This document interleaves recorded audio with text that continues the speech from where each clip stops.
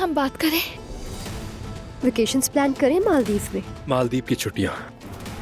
Tax वाले कहाँ हैं भाई? टैक्स वाले तो नहीं आए, ये जगह खास आप लोगों के लिए सजाई गई है। बात अधूरी रह गई थी। हमारी बात हो चुकी है। क्या तुम हमेशा ऐसे ही करोगे बारान? बाहर एक पागल कम है क्या जो मेरी फैमिली के लिए घात लगाए बैठा है? अगर तुम्हें कुछ हो जाता तो? हमारे पास शाहिद के बारे में नहीं मालूमात है बेटे। उसका नाम इमरान है। इतने कम वक्त में जवाहिर का ऐसा आदमी तलाश कर लेना मेरे दिमाग में सवालात पैदा कर रहा है।